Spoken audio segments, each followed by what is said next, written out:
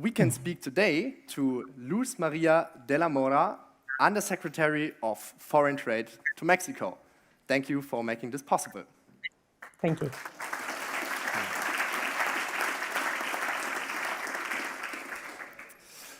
2 years ago, I read an article about first production stops in China because of an upcoming virus.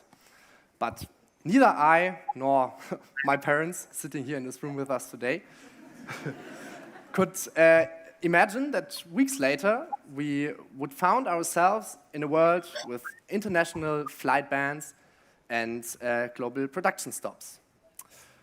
A year from that, we read about Ever Given, a cargo ship being stuck in one of the world's most important trade routes for days, but the resulting delays lasted for months. A pandemic, a ship crash, and now a war in Europe. All of these events disrupted global supply chains. So, how do global players tackle these challenges? And we, the young generation, also aim to ask, how can businesses emerge more resilient from it and build a more resilient supply chain model for our future? To come up with solutions, we invited 4 experts. Besides Luz Maria de la Mora, I'm happy to announce Dorothea von Boxberg, CEO of Lufthansa Cargo, and airlines like these make global logistics and supply chains even possible. Then I'm happy to have Peter Woser on stage, chairman of ABB and also of our board of trustees of the St. Gallen Symposium.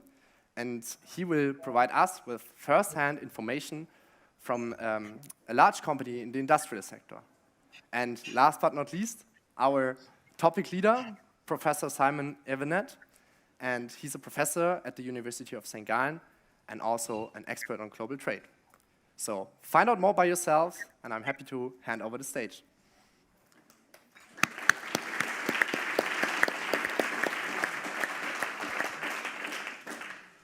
So thank you, Leo, for that marvelous start. The theme of this year's symposium is collaborative advantage. Supply chains rely on collaboration. Indeed, one might even say a degree of trust. And yet all of this has been called into question for the reasons that we have just heard. And maybe not just because there's been one shock to supply chains, but multiple shocks. And when you talk to business people and policymakers, increasingly they don't believe that we'll go back to the old normal. So there's this concern of what comes next, and therefore how should we prepare ourselves better? And that's exactly the questions we will try and address today. So let's first go to our colleague in Mexico City, Undersecretary de la Mora. Please, we'd love to hear your input before we return here to St. Gallen. And also welcome to our colleagues in Mexico City, and thank you also to the Swiss Embassy there. Well, thank you, Professor Evenet, for your introduction. No se oye. No. Please start again, Secretary. Thank you. Okay, well, good morning in Mexico City, good afternoon in Switzerland. First of all, I would like to thank Professor Evenet for letting me start with this participation. I want to tell you that it's a great honor for Mexico for me to be participating in this forum. I want to thank Leo for the introduction, and it's great to be participating with Dorothea Boxberg and Peter Woser.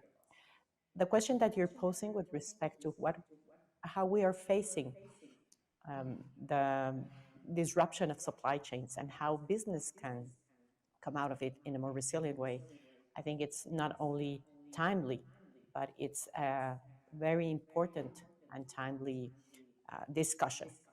Without a question, the pandemic, the war in Ukraine, the challenges that climate change brings on us, and also the high rates of inflation, is presenting a completely different scenario from what we were expecting. Nonetheless, I also think that it's very difficult to think that we will go back to the old normal. For human beings, it's always difficult to accept change. And also for business, it's difficult to accept uncertainty. So I would like to bring 3 points to this discussion today. One of them, the first one, has to do with how we cope with this um, disruption in value chains. And one of them that we have worked from the Mexican government in this administration with business and with other countries has been collaboration. Today, cooperation, multilateralism, and joint solutions is the only way to be able to find a new normal. We are hoping that this new normal will be better than the old normal. And how have we done this? Collaboration has been done through international organizations. For example, for us, in terms of addressing the supply chain disruption, we have worked with WTO colleagues. We have worked in OECD, APEC, G20, and you really see that this is an issue that is really at the center of all the agendas. Now, the second question has to do with what are the toolkits that we have. From the Ministry of the Economy, our most important toolkit is trade policy and investment policy. For trade, we have been seeing that one of the ways to help this disruption is to eliminate barriers, to facilitate trade, and we have established a number of trade facilitation measures in Mexico. For example, digitizing or going digital in terms of certificates of origin, facilitating operations at the border, and also creating investment opportunities or investment facilities. For that matter, in Mexico, we created last year, we launched a one-stop shop called Invest in Mexico. And the third point that I'd like to mention is that technology has been a great tool. We have been forced to move fast to digitalization. We have been working with the private sector, with international organizations, in creating digital seminars, workshops like the one we're having today, and moving the business community, especially the small and medium-sized company, into using digital tools. This has also a challenge because not everybody has access to technology and not everybody knows how to use technology. So the challenge here is how we make sure that this transformation or this moving to the digital space does not create a larger gap. But these are all areas in which the Mexican government and the Ministry of Economy were working on right now. Thank you. So thank you, Secretary de la Mora. Since you are a trade policy maker, I feel obliged to remind you that a lot of the disruption to supply chains came from governments putting in place export bans and export restrictions. And as I'm sure you're aware, this is an area of considerable weakness in the WTO rulebook, which is much tougher on restricting imports than it is on restricting exports. How is Mexico trying to address that problem, or do you look at this problem of export bans and disruption created by it in a different way? Yeah, thank you for the question. I think that at the beginning of this pandemic, we had to find the right balance.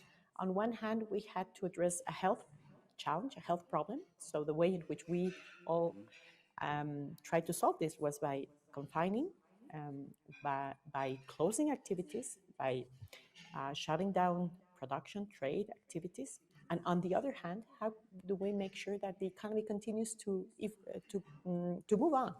How do we make sure that we find health, we address the health issue, and at the same time we help a healthy economy?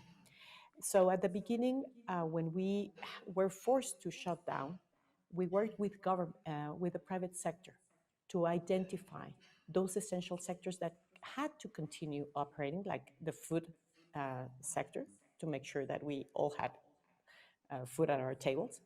And on the other hand, we also had to figure out very quickly what were the measures that we had to put in place.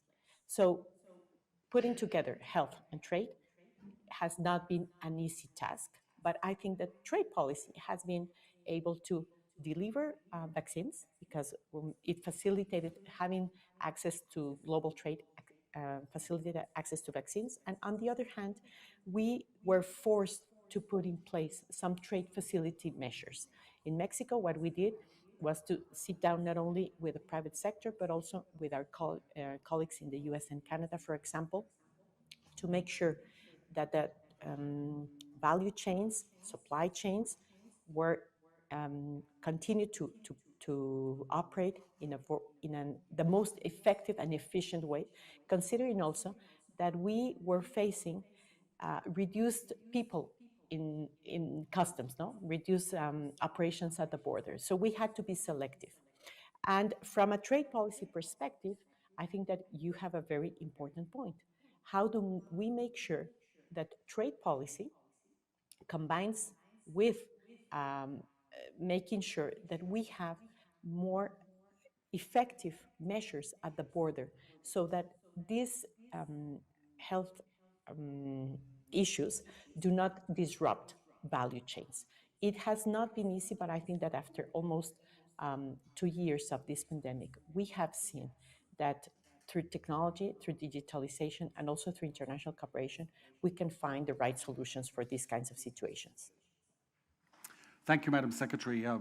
The symposium is all about solutions. We're very keen on that, so I'm glad you addressed that. And just for the audience's edification, at the beginning of the pandemic, there were over 200 trade liberalizing measures in medical goods alone taken around the world. So Mexico was joined by many other countries in this respect. But now we must turn to our second speaker. Dorothea, please, the floor is yours. Thank you so much. So if I think about supply chain disruption, I think it's always two parts of the medal. And as I'm a representative of the logistics, it's of course the question, does logistics function well?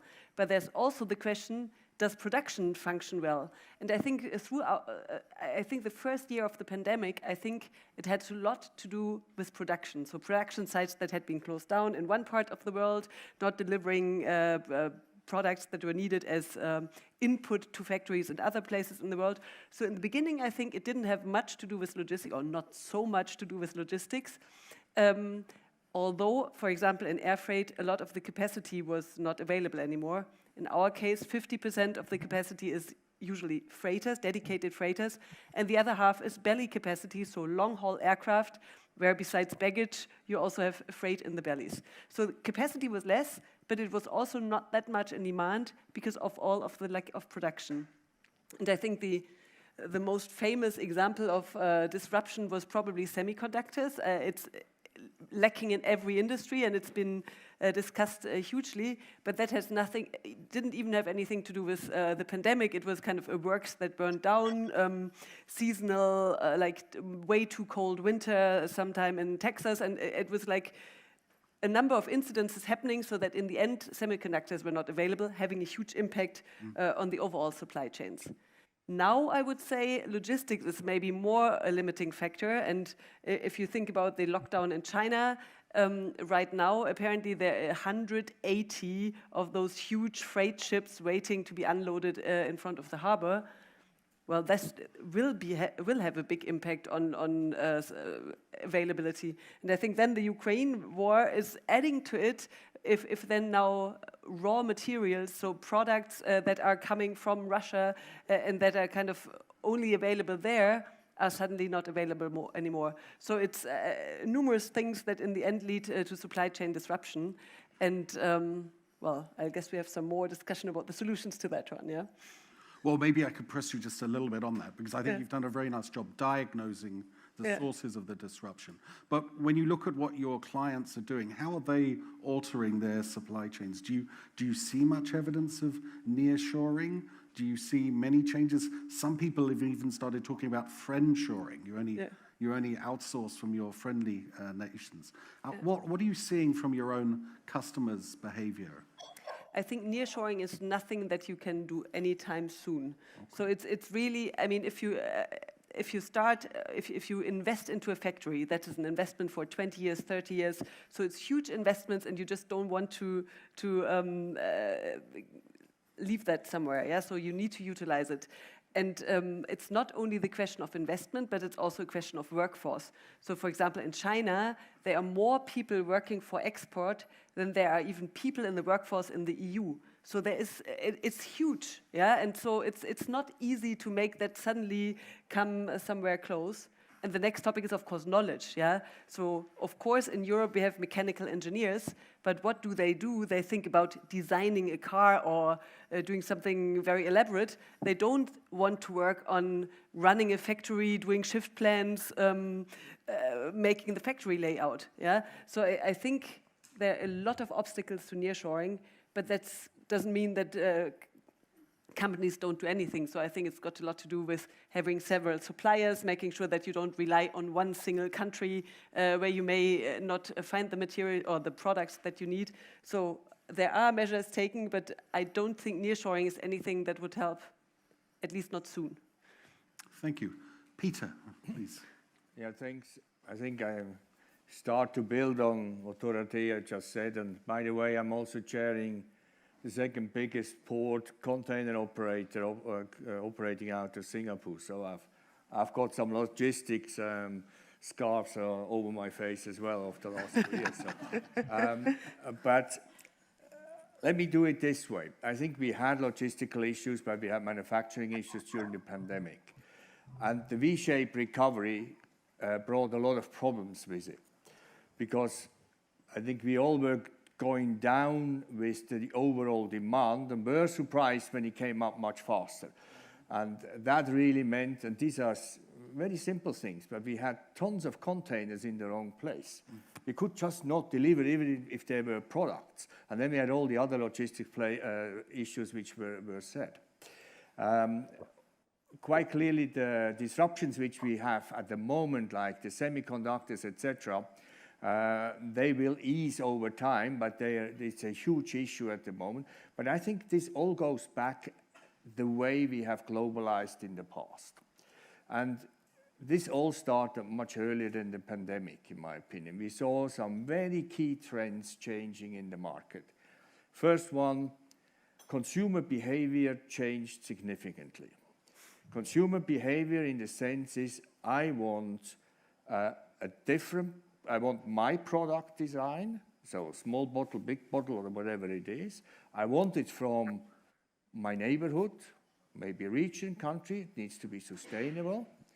And I want it either e-commerce-wise immediately, or maybe in 7 days, etc. So the whole pattern changed, which really started then to force the rethinking of an efficient supply chain into a more resilient, but also more customer-friendly supply chain. So what that means really is that we see, and we see this actually, this reshoring, we see companies now redesigning their supply chain in a way that instead of operating one global manufacturing place out of China, they may now start to think of operating 5, 6 manufacturing places in different parts, maybe Europe and the US, etc. Together with that, we had the nationalization kicking in, and that was actually not a pandemic issue only with closing borders. This started with Trump much earlier. But this behavior came in. So consumers were changing, governments were actually forcing industries also to produce much more local. Decarbonization, climate change came in, and this really forced companies to start to rethink. So we have customers now at ABB, where we are building 3, 4 plants now across the world.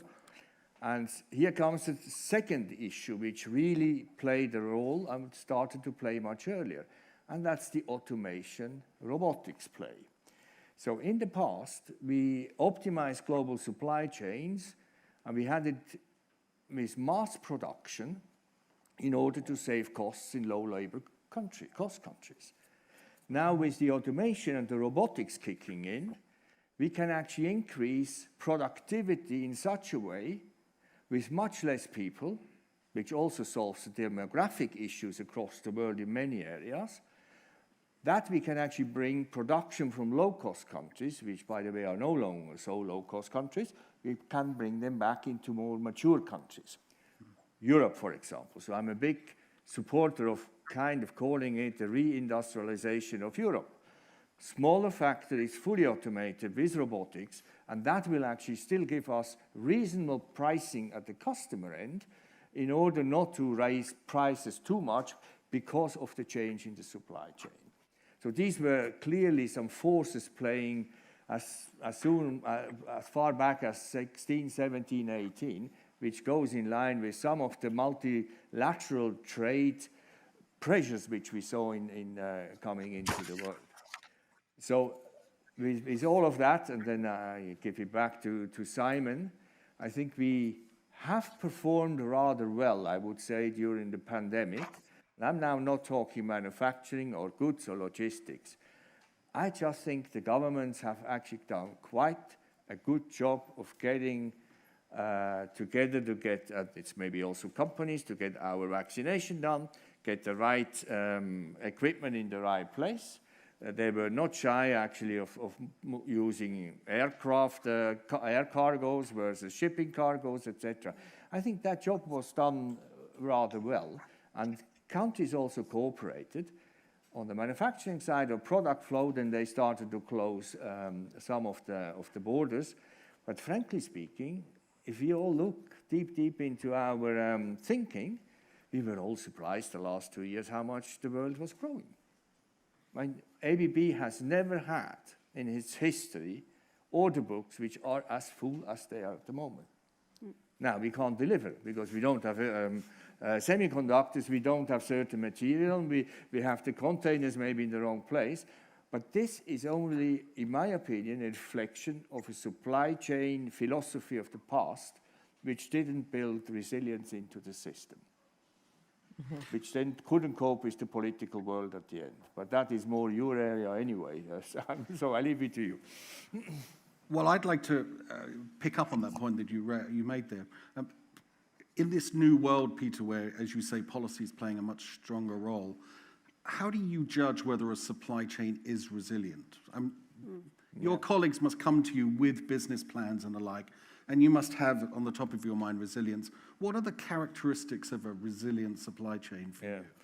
That's maybe when ABB is not that well working for my other company, which is PSA. Because I think one of the answers is really, and that's what ABB has been doing for the last 20 years. And we can do that because we are global and we are big. We produce where we sell. So 90% of what we sell in Asia, or in China, is produced in China. 90% of what we sell in the US is produced in NAFTA. So that's Mexico, including Canada, and it's the US. So we have changed, and the rest in Europe, it's exactly the same, but there we take Europe as one. So we have changed that rather early. We didn't go for global and not regional supply chains, because what we saw coming is quite clearly that consumer behavior is starting to change. And you as an industrial company, you want to have as much flexibility in the way you manage your channels to market. And the best is that your manufacturing is not too far away. This was not driven by sustainability thinking. It started to play a role later, but it was the pure fact that we wanted to have closeness to the customers. Now you can say, with hindsight, this was the right decision, or we have been just lucky. I don't know what it is, but it works well. And I think that's something you will see now coming much more. You produce where you sell. And is there an element there you also need to be close to your suppliers as well? Because they're part of your supply chain. I mean, you have to, your supplier ecosystem will also have to be kind of rebuilt, because you need more suppliers locally rather than somewhere, because in the past, logistics just shipped everything away at low costs in that sense. So you could actually afford to have a supplier in Europe. You did do prefabrication in China and you sent it back, and the differential was not that big. But now with the decarbonization drive, with the changes in markets, etc., that's just no longer possible and acceptable. And I think these things will play a much bigger role now going forward.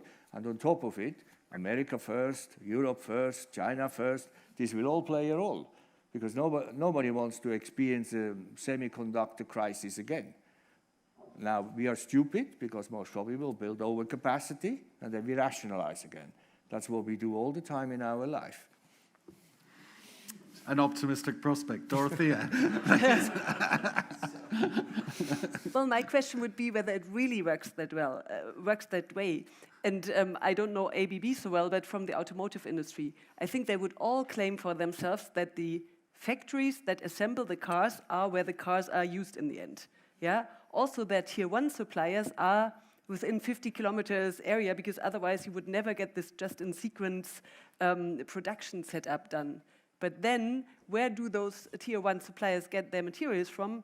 Nowhere close. And then, in the next steps of the production, you're all over the world. So, yes, some parts of the value chain are, of course, close to where the customers are, but a lot of them are somewhere else, and it's not what you see from the surface, because it's not the assembly line, and it's not the tier one supplier where it's delivering, but everything below that is somewhere else. And that's what I was referring to. So also today, automotive factories are in America for America, in Europe for Europe, etc., etc. But still, it's a hugely globalized industry. May I just say there's one technology change coming on top of this, which will have a huge impact on this one, because I agree, the Volkswagen and the Daimlers of this world, they have a scattered way of doing this. Porsche has one factory in Germany, and that's it. But what is coming is the electric cars. So they are forced to now change, the way they do manufacture, because an electric car is much simpler, and they will also go much more closer to the big markets again, because that's the way this will work in the future. So, and that's what I was commenting, what I see at the moment, because of our automation and robotics drive. So we get this kind of 5-to-1, 1 in the past and 5 in the future, because they will have to redesign for electric vehicles anyway. Not all of them, they can add, like BMW does, they added just 1 or 2 lines. But these are all trends which will play together. And I agree, it will take 10 years before we see, in some industries, the big shift. But some others, they have already moved. So let's bring in our colleague from Mexico City, Secretary de la Mora. We have, of course, the maquiladoras, which were set up after NAFTA and have flourished in Mexico.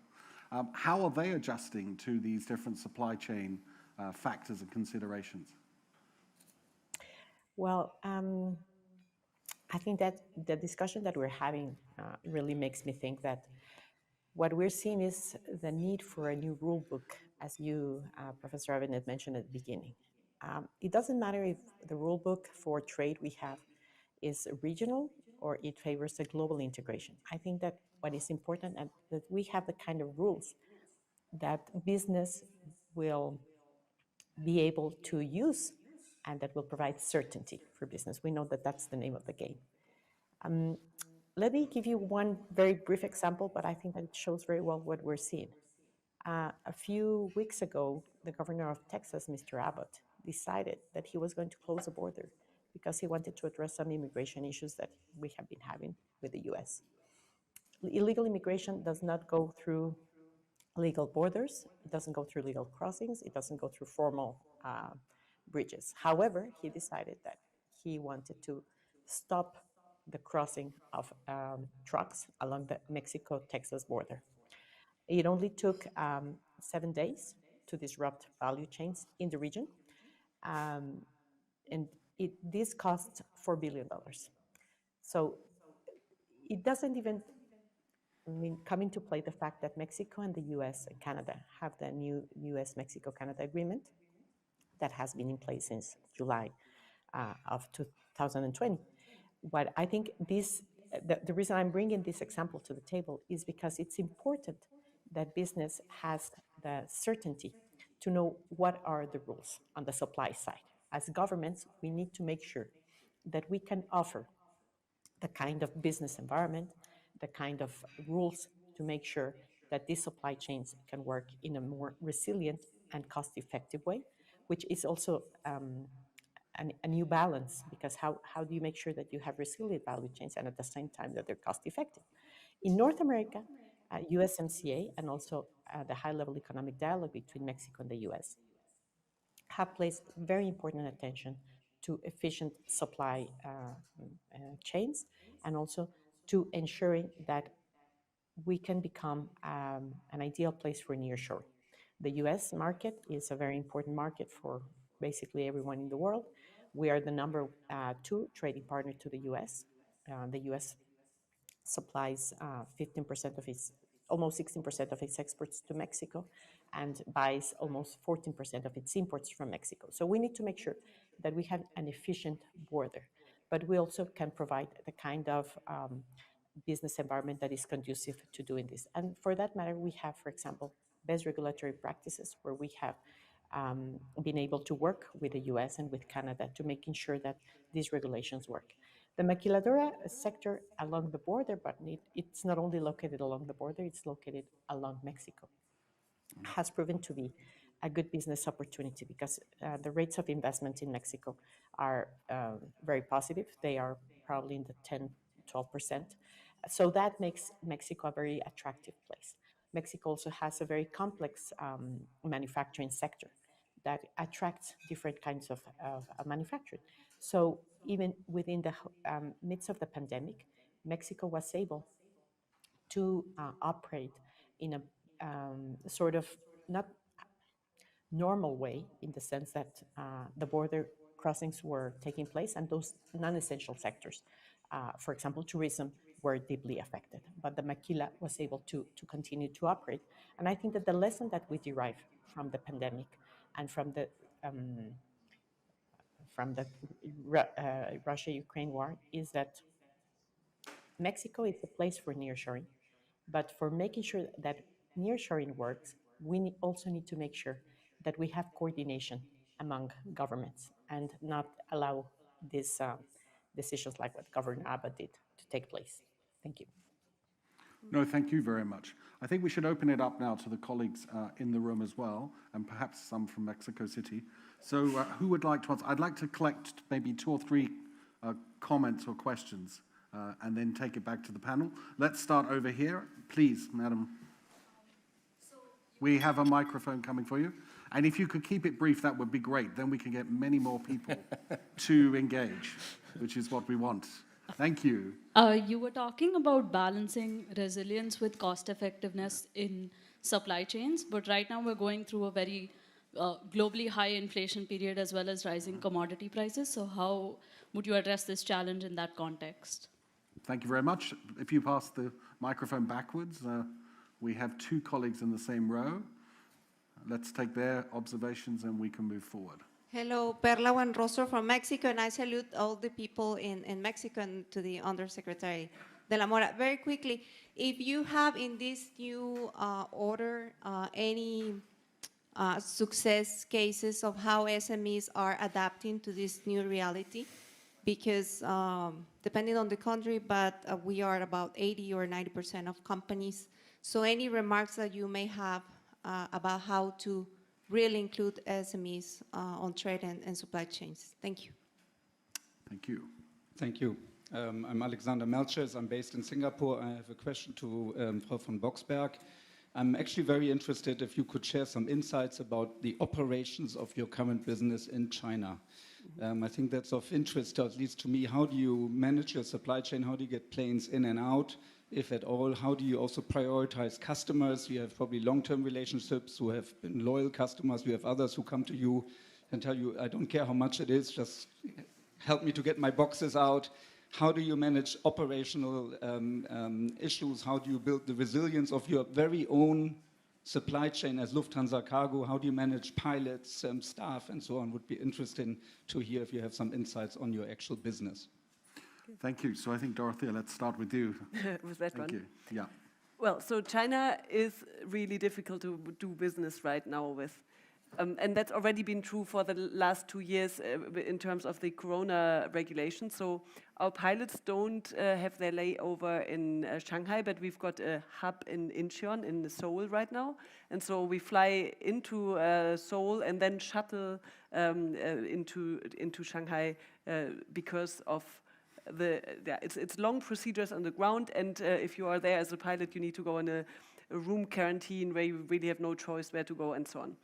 And the processes on the ground are 3 times disinfection per flight. So once you've landed, the first thing you do is half an hour spent on disinfecting the plane as it is. then you unload, everything is disinfected again, and then before you load, it's disinfected once more. So it really takes a lot of time and effort. And then, of course, the staff at the airport always is having this full body suit, masks and everything. So it's really tough conditions for the workers, especially when in summer it's really hot. So yeah, it's not fun. And now in the lockdown times, it means either you are 100% at your workplace and you stay there overnight as well, or you don't work. Because once you've been at home, you won't get back to your workplace. So we have people that have been at the terminal now for 4 weeks, never going home. And if they go home for the first time, nobody will work there anymore. So it's tough times, and of course there's a big hope that the lockdown will be alleviated soon. In terms of how do we do it with our customers, of course, I mean, if you've got a long-standing relationship with customers, it's something else than if somebody is just coming and say, I work with you for the first time, but now it's urgent, please help me. I think that is like in any business the case. And yeah, and in terms of capacity, yeah, whenever you've got these either cuts in capacities or very strongly surging demand, that's difficult, and that's not what you want to have, because you want to be able to offer solutions to your customers and not say, no, I can't. Yeah, so I think it's very much to the people on the ground in the sales team and handling team, and yeah, they're really making best efforts to find good solutions for our customers. I think, if I can, I will not make your day better, because on the shipping side, container, it's exactly the same. If you have one COVID case, they close your port. We have 7 ports there in my other company. So it's exactly the same procedures. At ABB, we have a robotics factory in Shanghai. We have 300 people there since 4 weeks, working from inside, having showers and all of that. Just live there, because it's the same problem. If they go home, then you go in quarantine, and that's it. So it's starting to ratchet up now again, slowly, if you are in the preferred list of the government of essential industry. That will at least means you can produce again, but the logistics bottlenecks, they will take some time before we have sorted them out. So to get stuff in and out of China at the moment is very difficult. So Secretary De La Mora, maybe you could help answer the question on how Mexico helps SMEs join into international supply chains. Sure. Very briefly, I would like to say that there are several programs. Access to financing has been one. The government has been funding very, very micro companies that we know lack access to the formal capital. Second, e-commerce. E-commerce has been a tremendous way of helping SMEs to survive, not only in the local community, but also connecting with international markets or connecting with value chains. The third one has to do with trade facilitation. We're very aware that trade facilitation is essential for value chains to operate effectively, and also this really helps SMEs to make sure that they can operate in local or in international markets. For example, when we talk about logistics, when we talk about paperwork, we have been working on the National Trade Facilitation Committee, and also in implementing trade facilitation measures. And the last one I'd like to say is training, access to training to make sure that SMEs can use technology, the digital world, so that they can make sure that with these kinds of tools, they can participate in the market, and they can also participate in as suppliers in supply chains. Thank you. Thank you. And the first question put to us, though, linked the supply chain disruption to the inflationary dynamics we're seeing at the moment. Would anyone like to comment on that? Yeah, I can take it up. The cost pressure is tremendous at the moment in the supply chain. So far, it was not a problem to increase prices on the selling side because of the very strong growth which we have experienced. Now, with Ukraine, with, let's say, at the horizon, the costs, but also change of interest rates, uncertainty, etc., it may not be as easy to push price increases through the system again, so in the sales channels, etc. So ultimately, I think you will be looking towards a restructuring time of supply chains, of companies. Now, the big question is the timing, because as I said, we now will work out our orders for the next 12 to 24 months because books are so full. Revenues will show growth, but the refilling of the orders will not come. And that normally then triggers the restructuring of companies, of industries and supply chains. So that may happen in 23, something like that. Always assuming that inflation will stay higher, not as high as now. It still has a temporary effect in it, but not a total one. And energy costs, we know that depends on something else, which we all don't know when it will finish.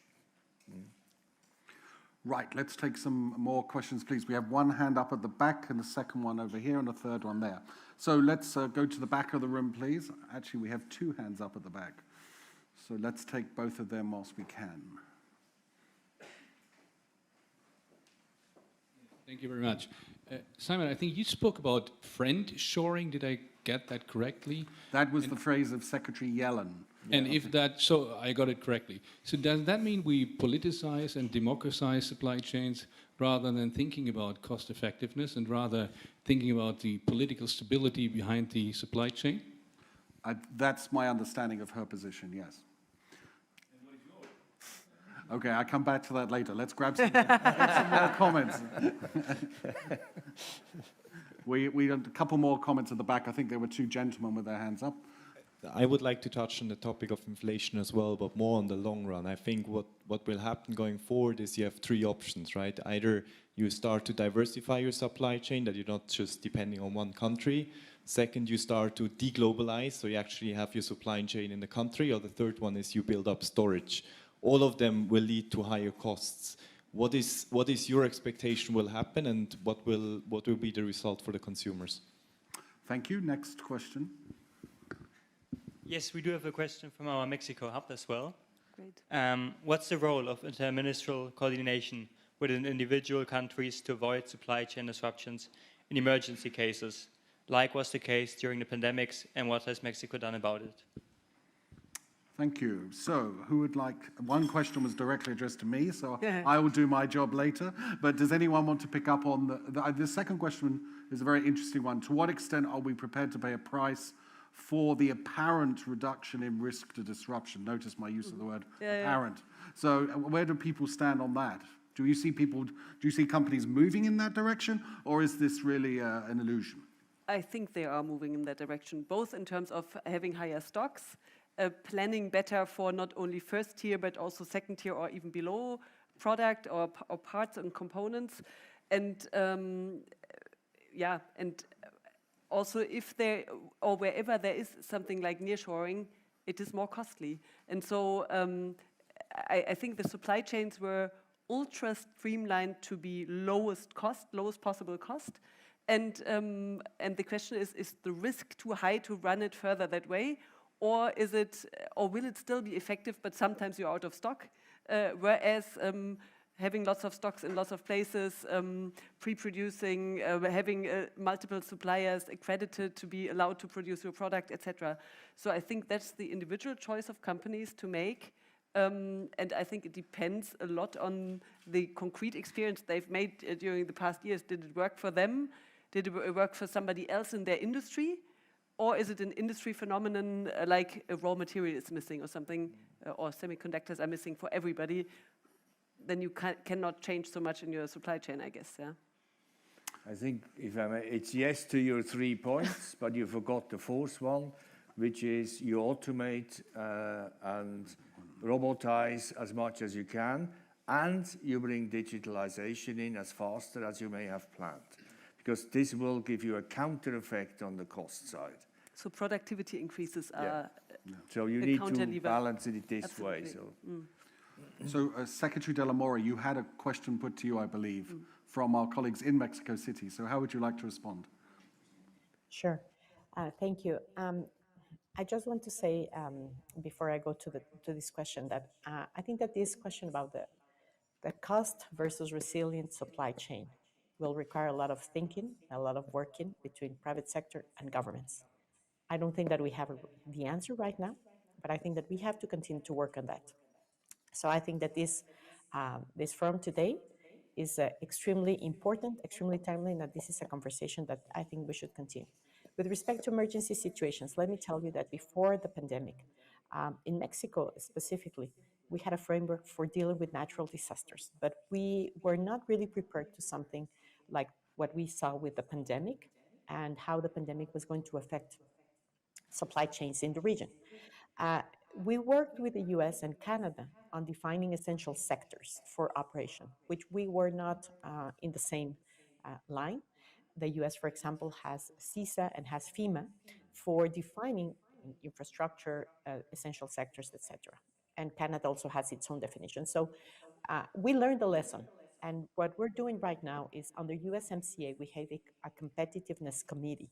In that competitiveness committee, we are working on defining a rule book for North America, where the three of us can be more effective and more efficient in terms of answering to these kinds of situations in currently and in the future. We also have the high-level economic dialogue between Mexico and the US that has 4 pillars. One of those pillars has to do with border security and also has to do with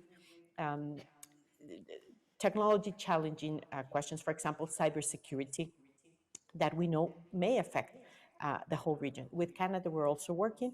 And I think that if there's something that we have learned from this pandemic and from the challenges that it has posed on supply chains, is that the USMCA framework is very solid and very important for facilitating trade, but we need to go one step forward if we want to keep this integration safe from these kinds of challenges. Thank you. Thank you, and I'll address the question which was put to me. So Secretary Yellen of the US Treasury has argued, amongst other things, that Western countries should source more from other friendly, liberal, democratic, peace-loving countries. What do we think of this? Well, first, there are questions about feasibility. So, not many of those Western democracy-loving countries produce natural gas, for example. So we will be dealing with one or two non-democracies for a long time, I think, in this area. So there is an issue as to feasibility. Then there is the issue of cost, which our colleagues have already raised in the questions. And then I think the other flaw in the argument is to think that just because you nearshore or you source from a friend, that the friend won't cut you off. We had, after all, export controls in Europe at the start of the pandemic among countries which are apparently part of a customs union. So lots of reasons for thinking that this might not be the smartest thing she said.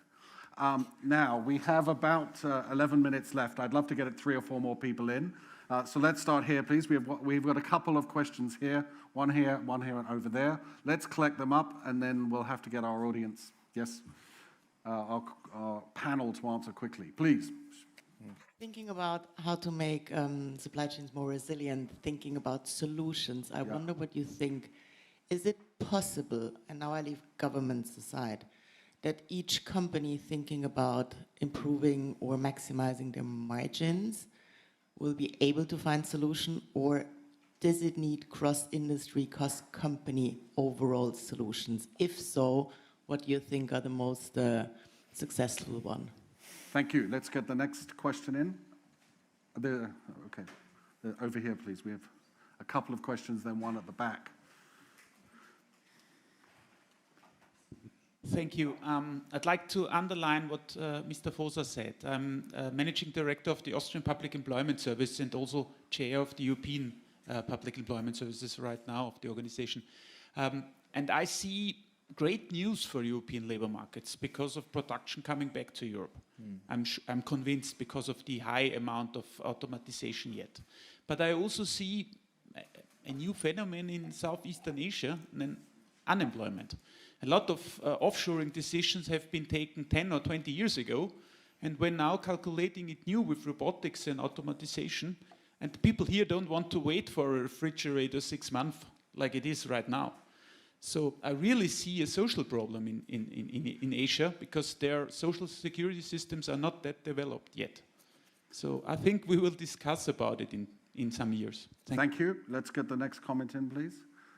A very short question from my side. A topic I didn't hear yet is circular economy. What do you think about that? Could that be an option to tackle like the supply chain crisis, that we recycle more in Europe of our products we still have here in the market? Thank you. There was a hand up at the back. Let's collect a few more. Thank you, Rico Friedrich, 2X Ideas. Short and sweet. I mean, just looking at supply chains, and particularly the logistics component, assuming no further disruptions, how long do you think it takes for things to normalize? And I think in your opening remarks, you said the normal would look different to what we've seen in the past. So maybe you can just highlight what you see those major differences being. Thanks. Okay, I see two more hands up, and then I'm going to call it a game. Okay, so let's take the one here and the one there, and then I'm going to give the panel the option to answer which questions they prefer. But then we have to remember them. So you're making it hard to us. So. Yeah. You'll be fine. Please. Thanks. Really interesting session. Thanks. Just thinking about who's at the end of a supply chain as a customer. Yeah. And I'm just wondering if changing consumer attitudes and expectations might be an enabler for the kind of change that we need to see, i.e. customers being prepared to wait longer for things that they really need. Thank you. Last question over here, and then we go to Mexico City for the final comment from... Thank you. So my question is particularly on semiconductors, which have been discussed, and given the criticality of this technology and the decoupling between China and the US around these areas, just thinking particularly the Huawei scenario in the bid for 5G, where do you see the role of Europe in terms of domestic manufacturing, or sort of playing a role between the two, or where exactly do you think Europe should position itself there? Thank you. So we have several questions there. Let's go back to Mexico City with Undersecretary de la Mora. Please decide which of these interesting and challenging questions you would love to answer in less than 2 minutes. Thank you. Well, thank you for letting me choose. I'd like to tackle the question of how the new normal will be different from the old normal. I think that it's very clear that we cannot expect to go back to the old world where we were all happy and supply chains worked very well. I think that we are seeing important changes. And this is one of the issues that are being discussed in the multilateral scene, in WTO, in OECD, in APEC, in G20, in the region in USMCA. And I think that, once again, I would like to repeat that it is important that collaboration, it's important that multilateralism work. And it is also very important that we hear from the private sector, that we hear from civil society, so that we can come up with real solutions, with real alternatives. We know that probably global value chains, the way in which we used to think about them, will not come back, but also regional value chains will pose new opportunities. I completely agree with what was said at the beginning of the panel, in the sense that it is really difficult to think that nearshoring will take place in the short run. However, we are seeing a reconfiguration of supply chains. And we need to make sure that we find the right balance between resilient value chains and cost-effective value chains. The second question that I'd like to address is circular economy. I think that the pandemic that we're seeing right now, the current effects on inflation, supply chain disruptions, food security prices, food security and price increases of agricultural products and food, I think it really needs to bring into the debate this issue about how we address the circular economy from a more global perspective, because at the end of the day, what we do in one country affects another. So this issue about circular economy is something that we're doing here in Mexico. We're working on establishing a policy framework, but I think that there's still a lot of way to go. Thank you, and thank you for the invitation to participate with you today. Thank you, Madam Secretary. Dorothea, please. So also going to the circular economy. So I think that there's a chance in every crisis. And one chance is, of course, if I now see that certain raw materials are hard to get or to be gotten from countries that I may not be able to rely on, that's a very good trigger to say, hey, why don't we use it where we have it already and go through this recycling way? So, for example, the question of car batteries, I would imagine that there should be a strong industry emerging, getting exactly there the raw materials back into the cycle. And the semiconductor question also I found very interesting. So semiconductors have now been seen as being so critical that you see factories being established in kind of every European countries right now and also in the US, but not as a pure market-driven thing. They come with huge subsidies. So none of these factories are built because it's such a good business case. It's only a business case if there's hundreds of millions of euros of subsidy per factory. And that's one of the reasons why I think for very super critical issues, it may be possible to nearshore this, but at a very high price. And then the question is, as a society, how many of these things are we able to afford and do we want to afford, always in the trade-off against investments in, I don't know, education or wherever else you could spend that money. So in this particular case, it's probably quite nearshored, but how about every other product that's also required? Thank you very much. Peter. Maybe just building on that, given the sectorization of the industry in Europe, I think Europe needs semiconductors. They are not cleverly done, I fully agree. But I think we will need them because if you think about practically any industry, they will just have a multitude of semiconductor needs in the future. It's still going to be cyclical, and government reactions will be quite interesting when the cyclicality, the low end, starts to kick in. So we'll need to manage that. But I think Europe needs, like on the battery side for cars and semiconductors, we need an industry. And I know from the States, at least one company over there is getting quotes for 5 semiconductor kind of constructions, and that each is $20 billion. So just that's the kind of magnitude they do. I would like to pick up the customer question. I think customization is a big trend, which gives us some challenges on the manufacturing side, but with productivity and automation, a lot can be done there. But we also see, I think, in e-commerce by now, that you get, which drives a lot of this, you get different pricing schemes. So the longer you wait, you may get a pricing effect downwards, which in my opinion over time will actually drive customer behavior in a slightly different way. They are prepared to wait. So why do I need my kind of training shoes tomorrow? Most probably they're still okay in a week's time. And I think as soon as we then get into the next step, where when you buy a pair of shoes, you have with a scanner, you can scan, you see the CO2 produced, you see all these elements which are important for the customer.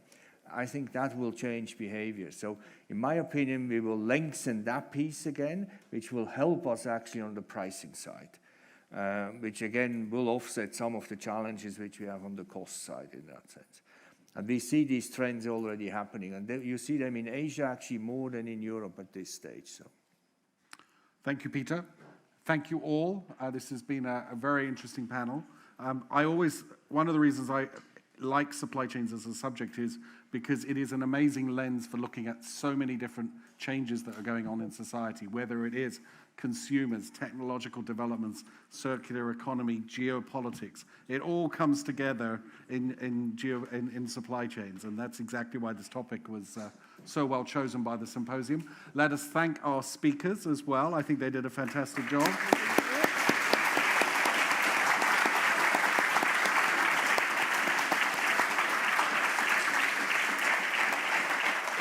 And let me thank the audience as well. I think at least 10 of you asked questions, which is great level of participation. I'm very happy about that. And of course, let's not forget the symposium organizing committee who set this all up. Thank you all very much.